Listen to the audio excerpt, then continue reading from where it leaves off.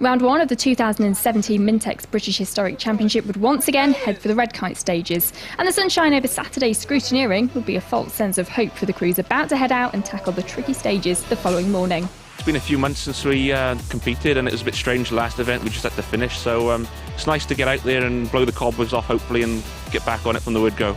Nick will be on it from the word go, he always is, and Joe will as well, but it's a long championship, so we're just going to play it safe hopefully, but you never know once the helmet's on. We've not had the best of luck on this rally the last few years, so maybe it's our turn, but anything can happen. At this stage of the year, it's important to get a good score on the board where we haven't the last few years, so maybe a bit steadier than I am normally, because I know I need to get a finish and need to get some points up there. Yeah, as long as we're in amongst the top 2 or 3, we'll be happy, I think. Yeah, first one of the year. Yeah, always like this event. It's early in the year and fantastic stages, best in the country, aren't they?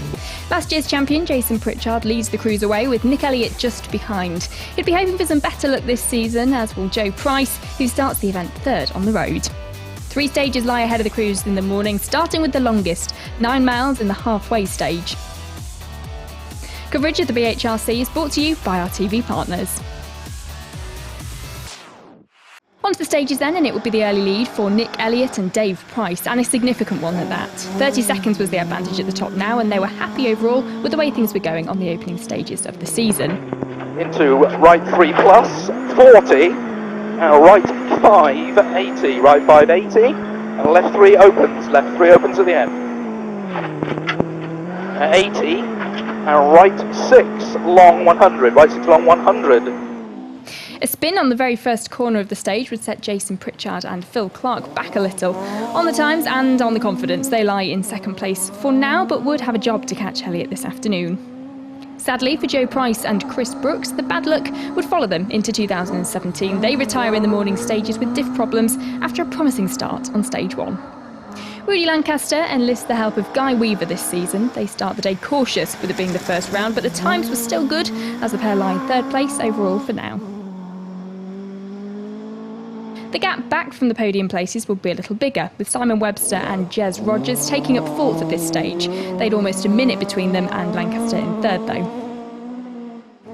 Ben Friend and Cliffy Simmons make a good start to the event in the new look car for this season. 5th place for them now and 11 seconds back from Webster. And it will be double that difference for James Potter and Bob Duck. 6th place for them and 22 seconds back from Friend. Paul Street and Ian Jones join the championship this season for their first run in the BHRC. They start the day with 7th place in the category and 2nd in the D3 class. Times were close though, with Tim Freeman and Paul Williams lying just behind Street on the overall results, with just a single second separating them. It would be a mad dash for Phil and Mick Squires this weekend, with the car only just arriving back from their New Zealand adventure on Friday. They start the day with 9th place overall in the category. And rounding out the top 10 in category were Rex Island and Adrian Scadding. The pair also lie 3rd in the D3 class at this stage in the event. And with just the one crew in the D2 class, it would be of course the lead there for Dave Hopkins and Tony Vart. They lead the class and lie just outside the top 10 in 11th overall. Sadly, we would lose a few crews in the opening stages. Barry Stevenson Wheeler and John Pickavance would be one of those crews not making it back out again in the next loop of stages. And we would lose Melvin Evans and Mark Glenister, their first time joining the championship, but unfortunately their event ends in a stage 1 ditch. So midway through the event, and the category battle looks to be shaping up like this. Nick Elliott leads the way with a reasonably comfortable margin in that top spot. The afternoon would see 2 of this morning's stages repeated, with halfway being replaced by a new challenge. Coverage of the BHRC is brought to you by our TV partners. Yeah, all 3 were okay actually, had a few hairy moments, one little spin. I thought I was steady in places and probably a little bit too brave in others, but overall I think our times were good, and yeah, we should be somewhere near I think, so keep the pace up because Jason's always quicker in the afternoon. We've got to be in front of him at halfway, otherwise he'll have us, but yeah, if we can be in front for the afternoon, that suits as well. A bit tricky, we actually had an overshoot on the very first corner of the first stage, so lost a bit of confidence there with that, but we settled in. It's very slippy being first on the road, and we had another spin and a stall on the last stage on Route 60 just in the breaking downhill tarmac, so not the best mornings, but we're still here. Yeah, good. Yeah, a bit of a slow start, but I think we're sort of getting into the groove now.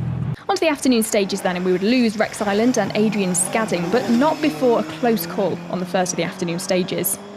So with one more retirement in the category, it would be Dave Hopkins and Tony Vart that round out the top 10 now and take the D2 class win. They also take the award for Best Improvement on seeding.